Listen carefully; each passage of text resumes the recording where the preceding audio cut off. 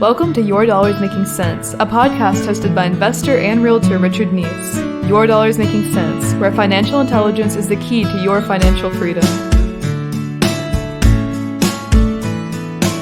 Hey everybody, Richard Neese here. Thank you so much for tuning in to the first episode of Your Dollars Making Sense, where we believe that financial intelligence is the key to financial freedom. I appreciate you guys tuning in.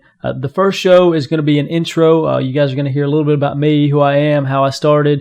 We're going to talk about the purpose of the show, what we're trying to do, and we're also going to talk about several different types of investments overall. We appreciate you tuning in. What we're going to do first, I'm going to talk about me. So my name is Richard Neese. I'm a local real estate broker here in Coleman, Alabama. I service North Alabama. I deal with commercial investments. I also deal with residential properties. You may have seen my signs around. I'm known by many names, Mr. Open House. I also used to work at the sheriff's office. I worked with the sheriff's office at Coleman County for about 5 years. I started out in the jail and then ended up working through. I was a canine officer before I left. I've got a big family right now. We've got 4 little ones, 3 little girls and a little boy. And that was actually what pushed me into investing. It pushed me into real estate as a whole. I realized that on a deputy salary around here, it's hard to raise 3 kids and now 4. And so I decided there must be a better way. I've got to figure out a way that I can stay at my job and also learn about real estate investing. So what I did was I got my real estate license.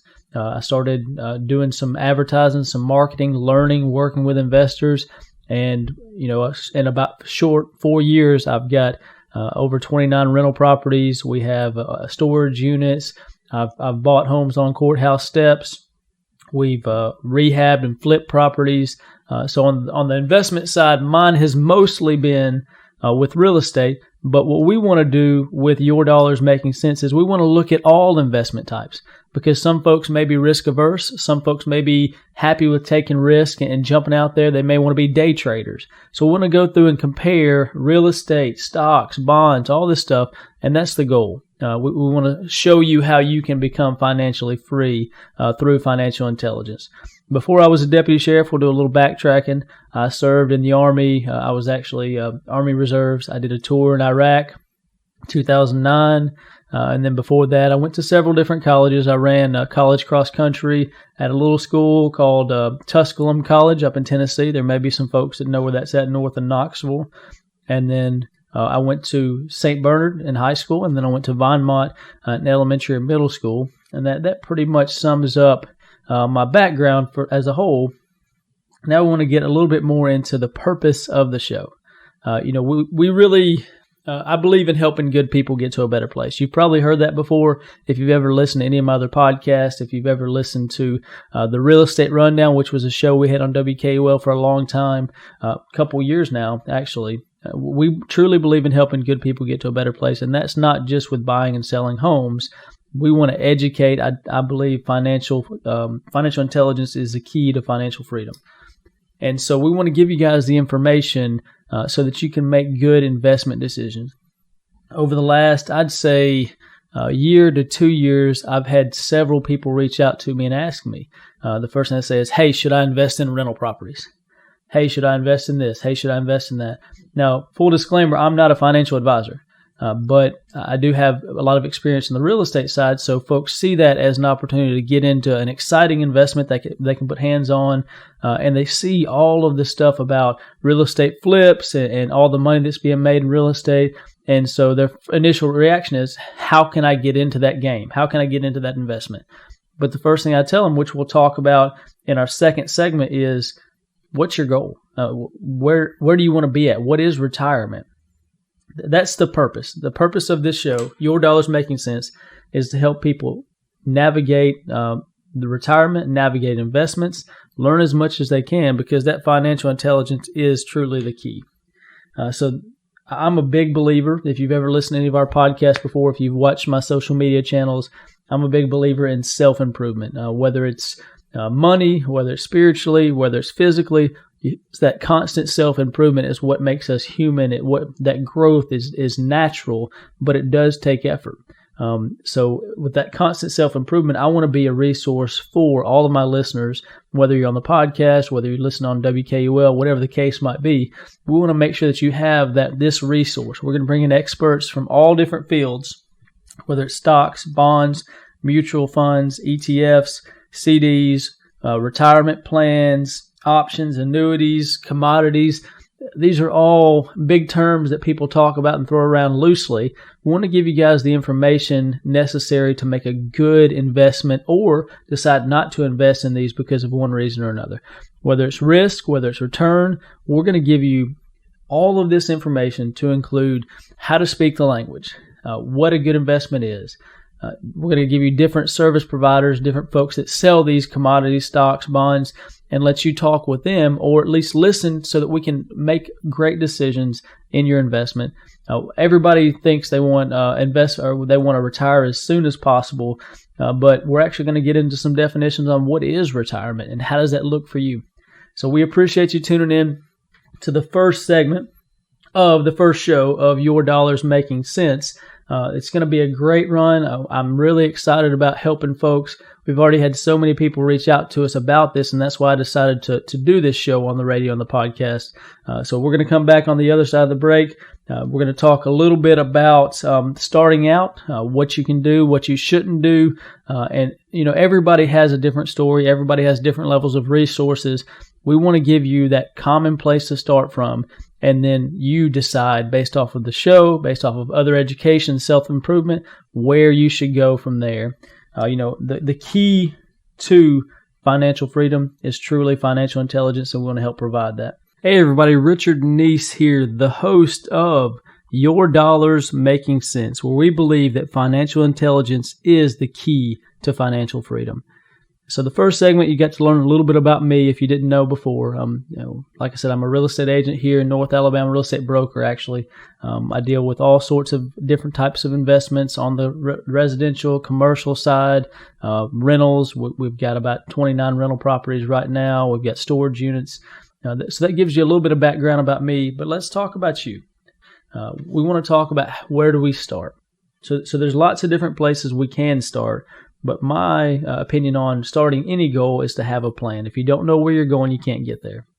There's several different facets to this, several different ways you can look at it. But the first thing we need to do is we need to look at what is an investment. We need to look at what is retirement. What is a return on investment? One thing that we're going to do in the future shows is we're going to go through and we're going to map out different terms so you have a better understanding of investing. So when you get around other colleagues that might already be investing in different things, you'll know what they're talking about and you'll be able to contribute to the conversation because you know the lingo, you know the verbiage, the technical stuff. One thing that's pretty easy is we're going to talk about what is an investment. So Webster's defines it as an investment can be stocks, bonds, mutual funds, interest-bearing accounts, land, derivatives, real estate, artwork, old comic books, jewelry, anything an investor believes will produce income. Why does this matter? The safety of the principal is of concern in any investment. So with an investment, we're going to put money in. We're going to put some resource in with an expectation of getting a return. I mean, that's the basic form of investment. I mean, whether that's investing, and this doesn't have to just be money. Let's look at investments. We're going to invest time into working on our golf game with the expectation that the time will lead to a better golf game. We're going to invest in our marriage. We're going to invest in our children. We're going to invest in real estate, stocks, bonds. So we all know what this term means, but when you really break it down, the basics of it are we're going to invest something in an expectation of return more than what we invested. That's the key. So with an investment, we've got to have a plan.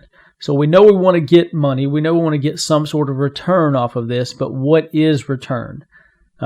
What expectations do we have on that?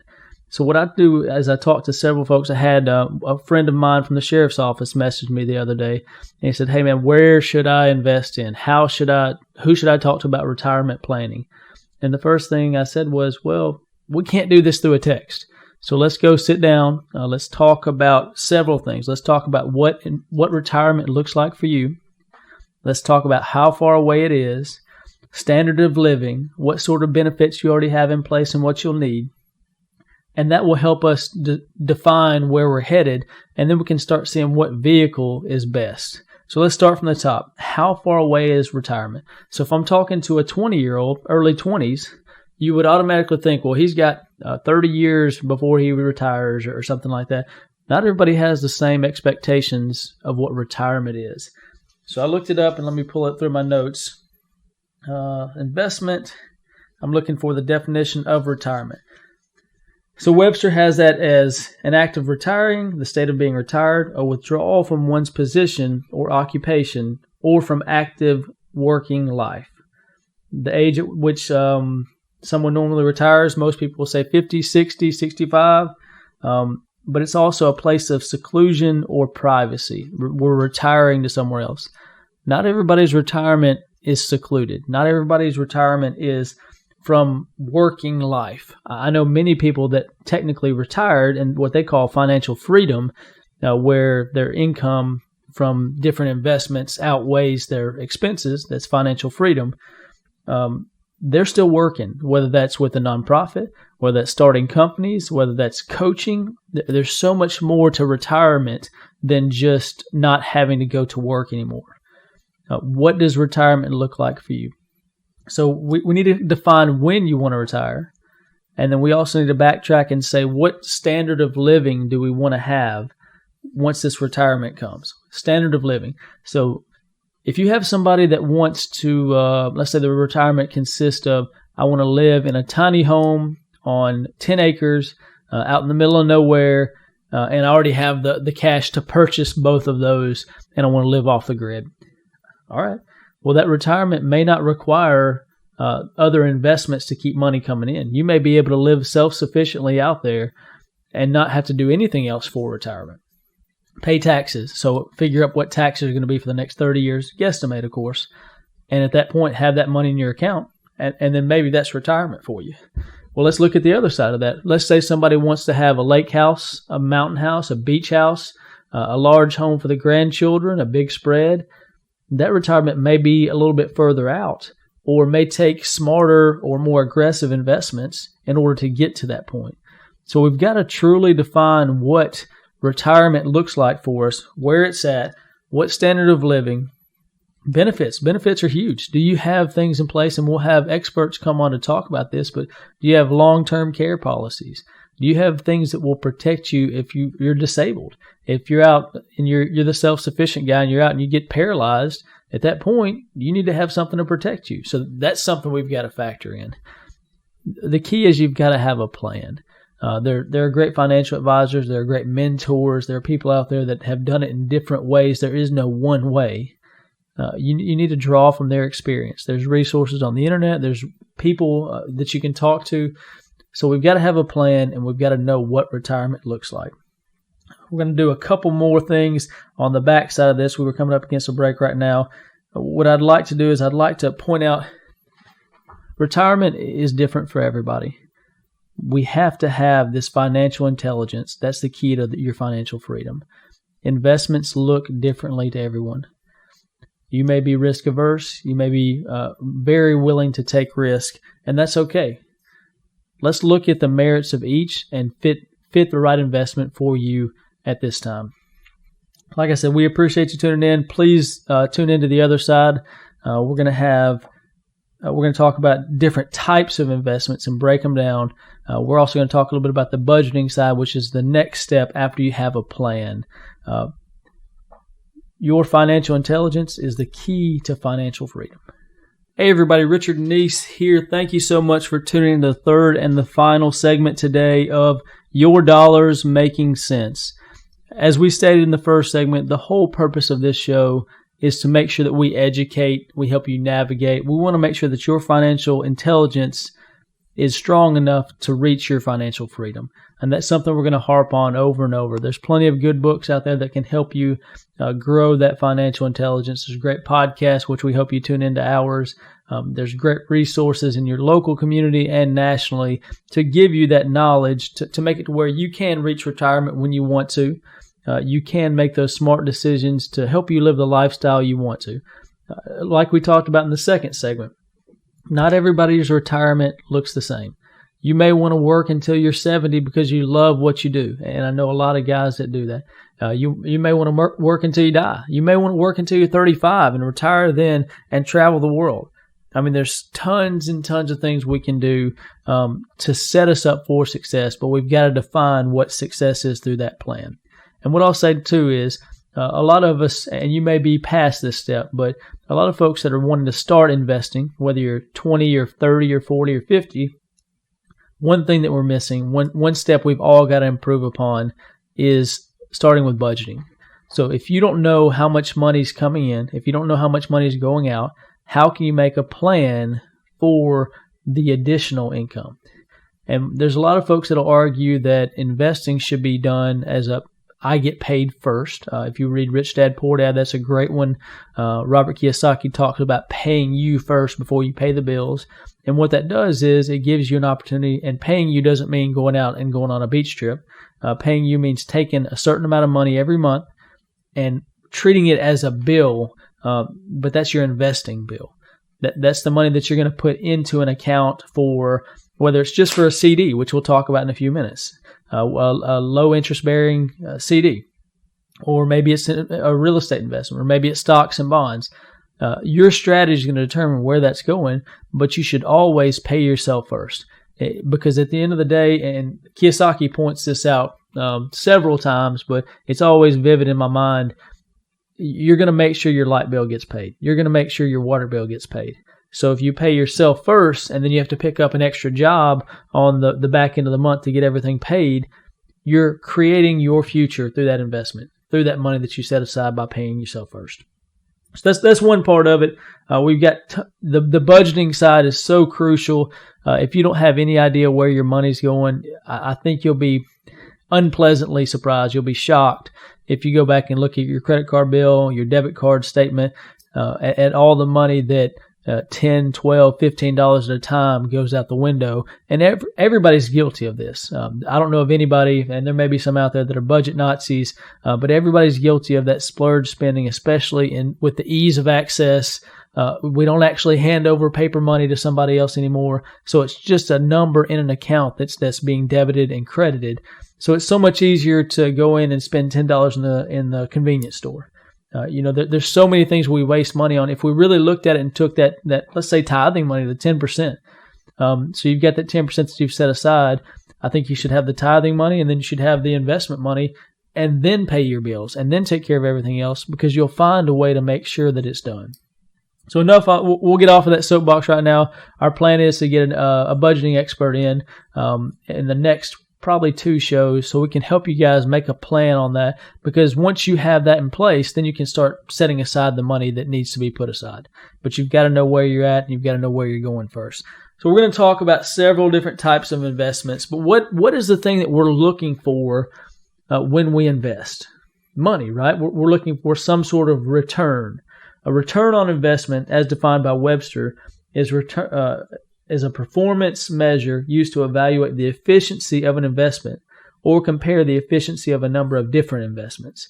So what that's saying is we're going to see what the return is, which is the current value of the investment minus the cost divided by the cost of investment. So whatever money you get out above and beyond that, based off of how much money you put into it, that's our return on investment. So that's how we, apples to apples, put investments in place. How much money am I returning off of this real estate investment? How much money am I returning off of this investment with this vintage car or this comic book or this stock?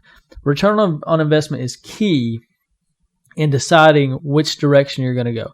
Now, in some cases, like me, the return on investment in an active investment, I'm in the real estate business, it's so much easier for me to come across deals, find deals, that I may have to have a higher return on investment because I see so many deals that come through. You may be that way in the stock trading or commodities. You may know something about oil. So there's so many different factors, but return on investment is a baseline, one of those bricks in the foundation of your investing financial intelligence. It's key to know what return on investment is. We talked about retirement today and what the definition of retirement was. Also, what an investment actually is. what we're going to start doing is we're going to start filtering in these terms, usually in between breaks and commercials and things like that, to help you guys build that knowledge base. I'm not Investopedia by any means, but we want to give you that information so you can speak freely with folks in the investment world and understand what's going on. So let's go through just a few types of investments. Most folks have heard or know in general what the stock market is. I believe, in my personal opinion, I believe it's a little bit different than it used to be. I feel like originally it was founded so that funds could be filtered into businesses. You could fund businesses to help their growth, and you picked winners and losers that way. Now I think there's more speculation that goes into it than anything, but I'm not the stock expert. We're going to bring somebody on that's a stockbroker, and they can give us their professional opinion on it. We can compare apples to apples, what it is. Stocks are definitely the most well-known investment. Nowadays, you can literally trade from your own home. I've had some experiences with the day trading. I've had some experience with options, which we'll talk about in a little bit. There's an investment broker or a stock broker that you put an order into. They order the stocks, and the whole goal is to buy low, sell high. There's other things like dividends and things like that can be built into it as well. So we have bonds. So bonds are a little bit different. Usually they're a little bit safer, but it depends on the timing on it as well. It may be so safe that it doesn't give you a good return on investment, which we talked about earlier. Bonds typically are investing into a company or into the government and getting that return yield over a certain amount of time. This happens a lot when cities, municipalities are trying to raise funds for certain projects. You can buy into the bond. You can buy a bond for the city of Coleman. And if they need that money for paving, for projects, and they give you X amount of return based off what the agreement is on the front end. Mutual funds. So mutual funds in their own right, it's stock trading, but you're not investing in individual stocks. You have somebody that is managing that mutual fund. They're picking winners and losers inside of the stock market, and they're spreading that cost and that risk over many different areas. So they may trade in commodities. They may trade inside the stock market, the NASDAQ, the Dow. We're going to have a stockbroker come on and give us more explanation, but it's a way to safer invest, but you also get less potential for returns. So there's pros and cons on that as well, which brings us to exchange-traded funds. This is actually just a smaller version of mutual funds. They carry less risk. They're spread across, and it's usually easier for investors to get into this. I've actually had experience on the front end buying these smaller portions because the cost is less, so they're breaking it down. You've got the certificate of deposit.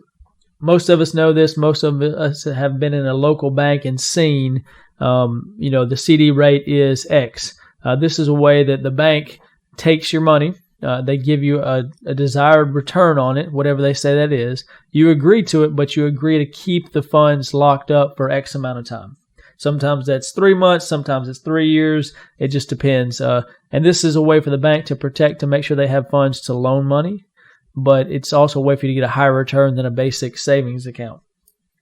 There's all sorts of retirement plans. We're going to have a financial planner come on and talk a little bit more about that. You've got 401ks, 403b plans, IRAs. These are all closely related with mutual funds. You've got someone else managing your money inside the stock market. Sometimes this gives great returns. Sometimes it doesn't. There's tax advantages to some of these. We can go through, and when we talk with the guy about retirement plans, we'll definitely get more in depth on each one of these and the benefits and the downfalls of them. Options, like I talked about earlier, options are a way to invest inside of the stock market. There's also option contracts for real estate. It's basically you're buying the opportunity to buy a stock at a certain rate. It's a discounted rate, which makes it easier for you to get in, but these don't have an inherent value. The value of this could be zero over a certain amount of time, and they will be, as opposed to something more tangible like real estate. Annuities, we're going to talk about those a little bit. You buy annuities from insurance companies, and they pay back. We have cryptocurrencies, which is a new investment. I'm not keen on cryptocurrencies. I'd like to get an expert in to talk about those. It's a digital currency. To me, it's similar to the stock market in the sense that there's lots of speculation that goes on with it. We've got commodities where you actually buy gold, silver. You can buy pig skins. I mean, there's so much commodities. It's basically buying a product in hopes that the value will go up on it. And of course, we have my favorite, which is real estate. So I have the most experience in real estate, and I would argue that it's one of the best investments to include tax benefits, to include appreciation. There's so many different ways, and there are more millionaires from real estate than anything else, any other form of investment. But it does take the right touch. You do need to have somebody that helps guide you through that process. There's tons of ways to fail in all of these, but real estate can really be tricky if you don't have the right team behind you explaining how all of it works and helping you navigate. So we've gone through several types of investments. The key is that your financial intelligence is the key to your financial freedom.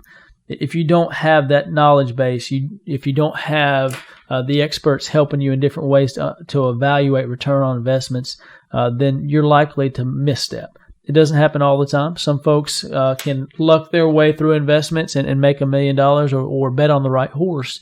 But at the end of the day, you want to try and minimize as much risk as possible. So your dollar's making sense. We really want to help good people get to a better place. We're trying to give you the information to make you better investors, whatever investment type that is. You may want to sit on the sidelines and just learn, and then 20 years from now, you may decide you want to invest, and that's okay. We want to give you that knowledge, that information. We want to help you navigate, help educate you so that you can be an expert investor and reach retirement when you decide that is. So today we've gone over a few things. You've gotten a little background about me in the first show, found out where I came from and what I'm doing now. We also went over the purpose of Your Dollar's Making Sense, which is to give you the financial intelligence so that you can reach financial freedom. We've gone over how to start out. We've got to have a plan in place. We got to know where we're going, and then we got to know how to get there. The way that we get there is through the types of investments we talked about. And we're going to go over a little bit more budgeting on the next show, so I think you guys will appreciate that. It's never a great topic. Budget's kind of a dirty word sometimes, but it's, on the other hand, it is discipline equals freedom. Once you have that discipline to budget, then you'll be able to have more freedom to allocate funds for investing, which leads to a return on investment, which leads to your retirement. If you choose to retire, it also leads to the growth and a better standard of living for you. I appreciate each and every one of you for tuning in to the first episode of Your Dollar's Making Sense. I truly appreciate all that you folks do. Please watch us on Facebook. We're going to have a podcast out. You can check out my website, therichardneasteam.com. This is our pilot show, so we're looking for any kind of feedback. If you guys are looking at certain investments, we definitely want to help you with that. And I thank you so much. Remember that financial intelligence is the key to your financial freedom. You guys have a great week. Thanks again for listening to Your Dollar's Making Sense. Remember, financial intelligence is the key to your financial freedom.